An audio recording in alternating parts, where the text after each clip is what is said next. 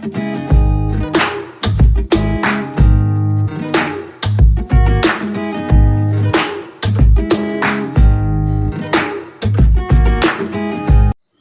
तो प्यारे बच्चों, सभी आनंद मंगल से हो। तो हम डेफिनेट इंटीग्रल की पीस वाइज फंक्शन प्रॉपर्टी पढ़ रहे थे। उससे हमने मॉडुलस फंक्शन का इंटीग्रेशन कैसे किया जाता है ये सीखा था। आज हम सीखेंगे कि फ्रैक्शनल पार्ट फंक्शन का इंटीग्रेशन कैसे होता है। देखो, पीस वाइज फंक्शन प्रॉपर्टी कहती थी कि if a less than c less than b, then integral a to b fx dx is equal to integral a to c fx dx plus integral c to b fx dx। इस property का use करके हम आराम से greatest integer function और fractional part function का integration कर सकते हैं। सबसे पहले तो हमें यह समझना पड़ेगा कि ग्रेटेस्ट इंटीजर फंक्शन क्या है। तो लिखो द ग्रेटेस्ट इंटीजर फंक्शन। देखो, हम एक एक चीज सिखाएंगे। The greatest integer function. देखो, जब थोड़े और बड़े हो जाओगे तो एक रियल एनालिसिस करके सब्जेक्ट चलता है, उसकी एक बहुत फेमस थ्योरम है। वो थ्योरम यूं कहती है कि let x be any real number, then there exists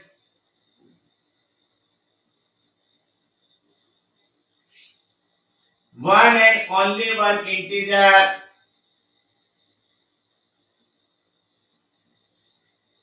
n such that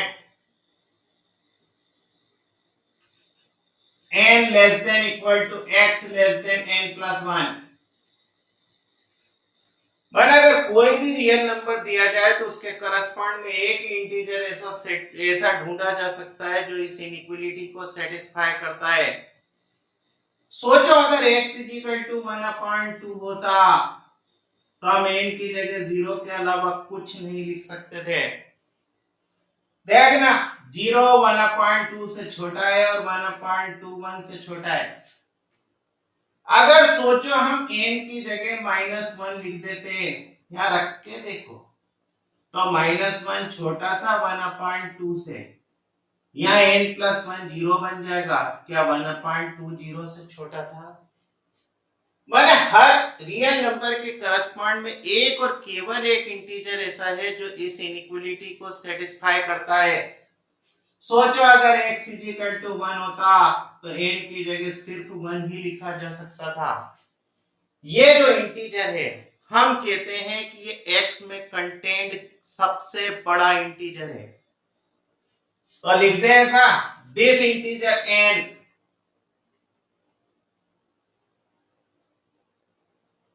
is called the greatest integer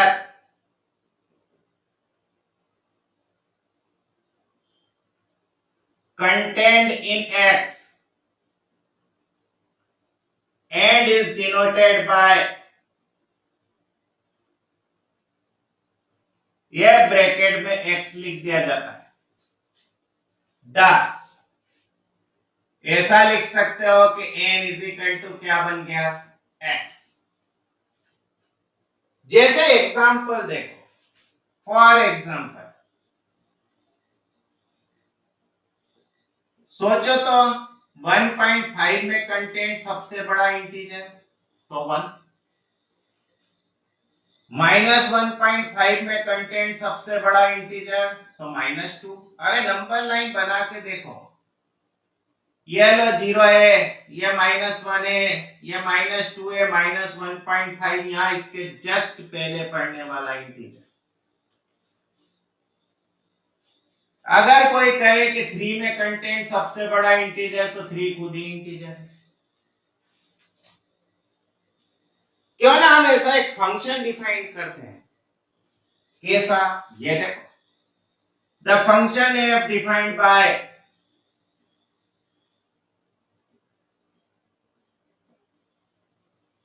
fx is equal to square bracket x is called the greatest integer function इसी function को क्या कहा जाता है कि ये greatest integer function है। देखो ये फंक्शन हर रियल नंबर के लिए डिफाइंड है, तो हम कहेंगे इसका डोमेन आर है। यह लिख सकते हो कि df is equal to R. चूंकि इसकी वैल्यू हमेशा इंटीजर ही बनती है, तो हम लिखेंगे कि इसकी रेंज z है। हम इसका ग्राफ बनाने की कोशिश करें, थोड़ी सी इसकी वैल्यू लिख के देखते हैं। देखो कैसे लिखें, इधर देखना।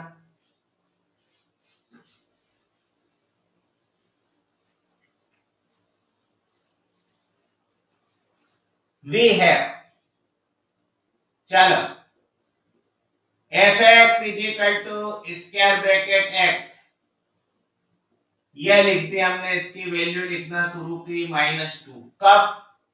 जब x की वैल्यू -2 है और वो -1 के पहले था। जैसे ही x -1 बना, फंक्शन की वैल्यू -1 हो गई। कब तक? 0 के पहले तक।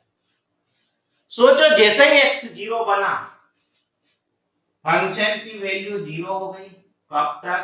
1 के पहले तक।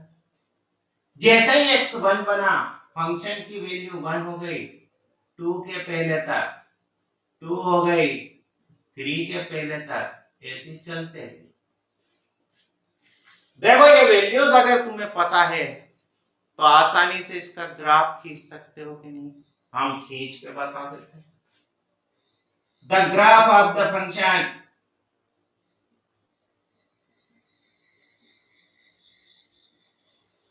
y is equal to f(x) is equal to square bracket x is shown below। देखना इसका ग्राफ,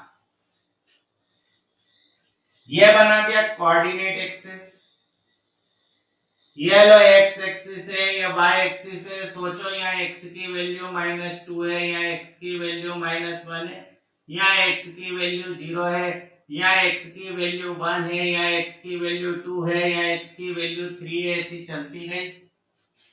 यहाँ y की वैल्यू 1 है, y की वैल्यू 2 है, y की वैल्यू 3 है, y की वैल्यू -1 है, y की वैल्यू -2 है, y की वैल्यू -3 है, यूं चलती गई। सोचो जब x -2 था तो फंक्शन की वैल्यू -2 थी। कहां तक बनी रही वो? -1 के पहले तक। जैसे ही x -1 बना, फंक्शन की वैल्यू -1 हो गई। कहां तक बनी वो? 0 के पहले तक। जैसे ही x 0 हुआ, फंक्शन की वैल्यू 0 हो गई। कब तक चली वो? 1 के पहले तक। जैसे ही 1 हुआ, फंक्शन की वैल्यू 1 हो गई। कब तक चली? 2 के पहले तक। जैसे ही 2 हुआ, फंक्शन की वैल्यू 2 हो गई। ये ग्राफ चलते गया। देखना हर इंटीजर वैल्यू पर, चाहे तुम x 0 ले लो, 1 ले लो, 2 ले लो, -1 ले लो, -2 ले लो, हर इंटीजर वैल्यू पर ये ग्राफ डिस्कनेक्टेड है, फंक्शन डिस्कनेक्टेड है, पर हर नॉन इंटीजर वैल्यू पर कनेक्टेड है। सीख गए अच्छी तरीके से कि ग्रेटेस्ट इंटीजर फंक्शन किसे कहते हैं? ग्रेटेस्ट इंटीजर फंक्शन का एक भाई बंधु होता है, फ्रैक्शनल पार्ट फंक्शन। तो अब लिखेंगे फ्रैक्शनल पार्ट फंक्शन। चलिए साहब,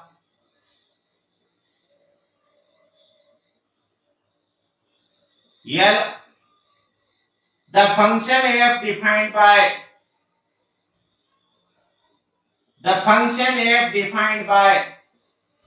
f(x) is equal to x minus square bracket में x, इसी को लिखेंगे कर्ली ब्रैकेट में x,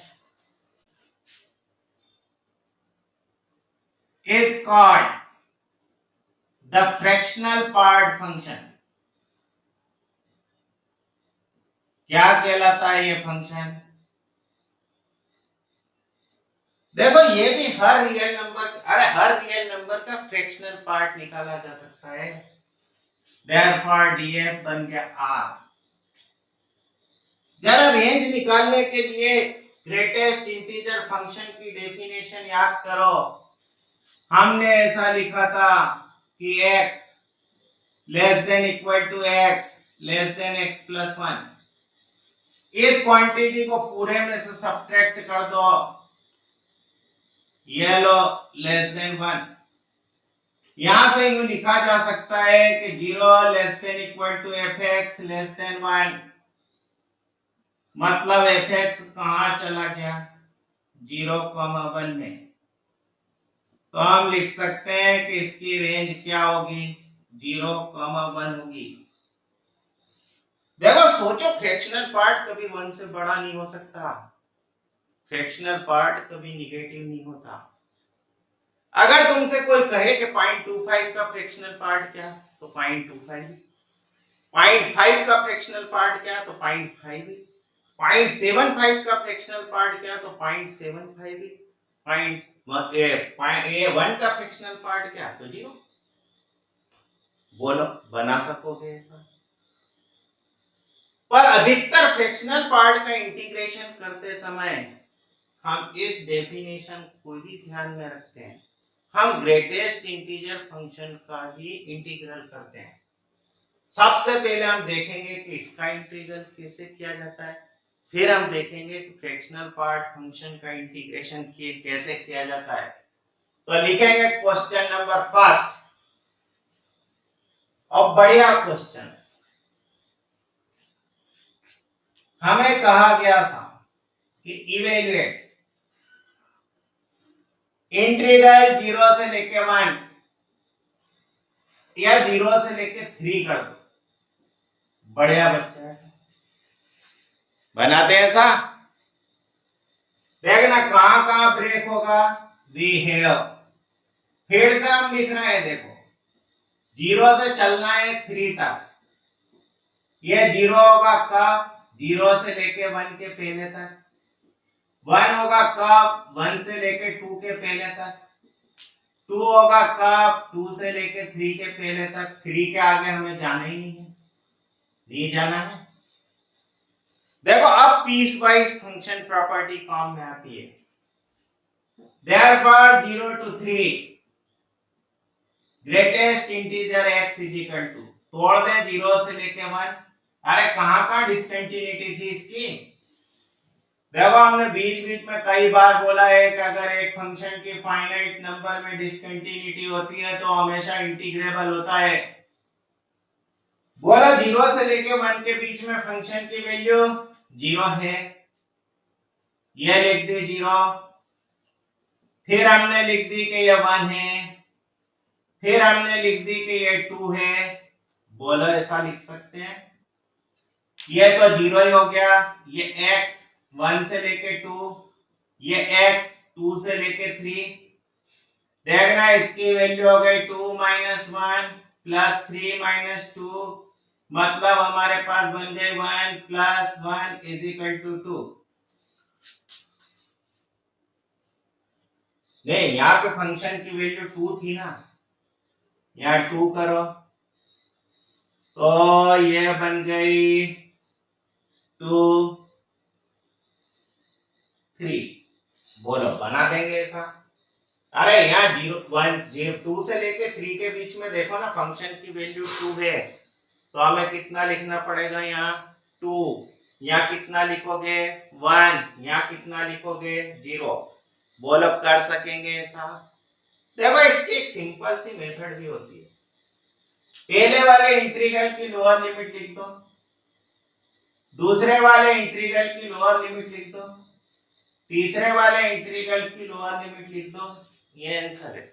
1 सेकंड में आंसर निकाला जा सकता है, पर कंपटीशन वाला बहुत बड़ा धोखा देता है। कैसे? देखो वो क्वेश्चन ऐसा थोड़ी पूछेगा, वो तुमसे पूछेगा इवेल्युएट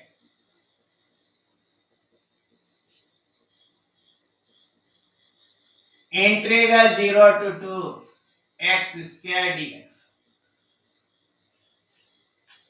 अब जरा देखो तो 0 से लेके 2 के बीच में x² कहां कहां इंटीजर बनेगा?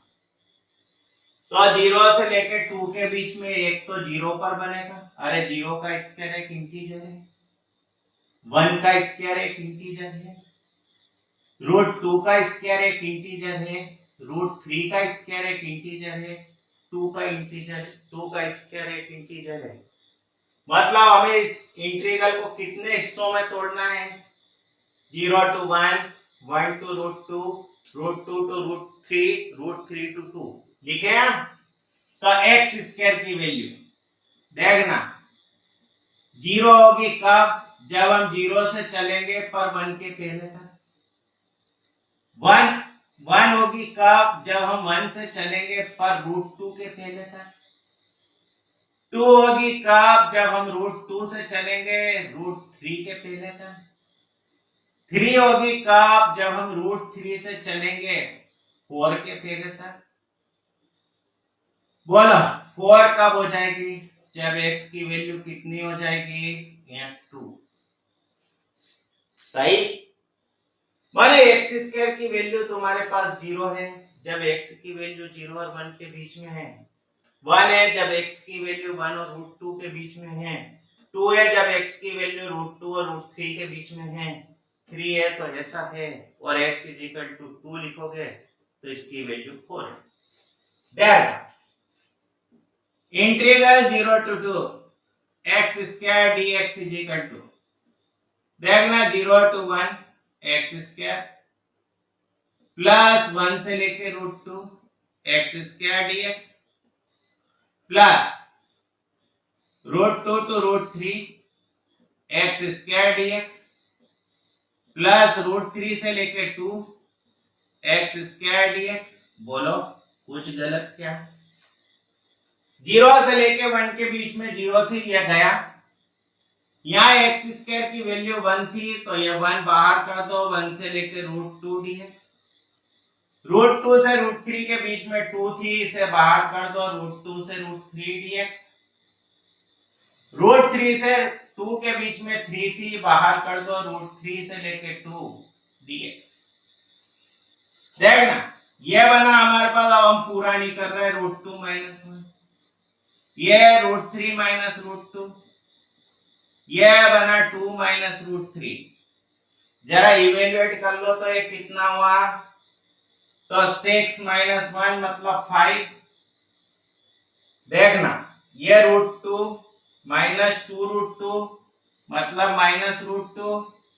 ये 2 √3 -3 √3 मतलब √3।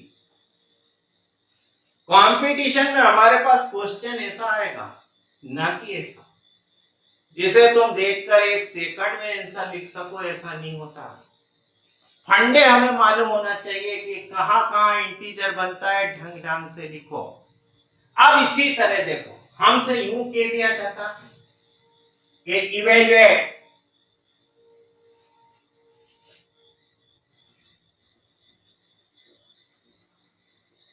इंटीग्रल 0 to 4 √x का फ्रैक्शनल पार्ट dx। ये भी एक शानदार क्वेश्चन। चलो साहब फ्रैक्शनल पार्ट को हम क्या करेंगे? अरे अभी हमने समझा था कि x = होता है x - x। therefore 0 to 4 देखना इसे हम यूं लिख सकते हैं 0 to 4 x माइनस √x था ना, तो √x माइनस स्क्वायर ब्रैकेट में √x dx बना दे। यह तो सीधा साधा इंटीग्रल हो गया। इसे तो अलग कर दो। यह 0 to 4 x⁻⁴ dx। जरा इसको देखना ये कहां इंटीजर बनेगा। एक तो 1 पे बनेगा, एक 4 पे बनेगा। हमें कितने टुकड़ों में तोड़ना पड़ेगा? एक तो 0 to 1 √x, 1 to 4 √x, ये dx। बोलो चलेंगे? अरे √x कहां इंटीजर बनेगा? एक तो 0 पे बनेगा, एक 1 पे बनेगा, एक 4 पे। तो हमें एक तो 0 से लेके 1 चलना पड़ेगा, 1 से लेके 4 चलना पड़ेगा। चलो साहब, ये हो गया 2/3 x की पावर 3/2, 0 to 4। बताओ 0 से लेके 1 में इसकी वैल्यू 0, 1 से लेके 4 के बीच में इसकी वैल्यू 1, 1 लिखेंगे तो ये बचा अकेला dx। चलो 2/3, ये 4 की पावर 3/2 मतलब 2 की पावर 3 माइनस ये 4 माइनस 1 3, तो 16/3 माइनस 3 तो 7/3। बोलो कर पाओगे ऐसा? ये भी एक बढ़िया क्वेश्चन है, कई कंपटीशन में आया हुआ है। तो उम्मीद है कि आज फ्रैक्शनल पार्ट फंक्शन और ग्रेटेस्ट इंटीजर फंक्शन का इंटीग्रल समझ गए होंगे। इसके आगे हम डेफिनेट इंटीग्रल की और प्रॉपर्टीज पढ़ेंगे। तो अपना ध्यान रखिए। Have a nice day.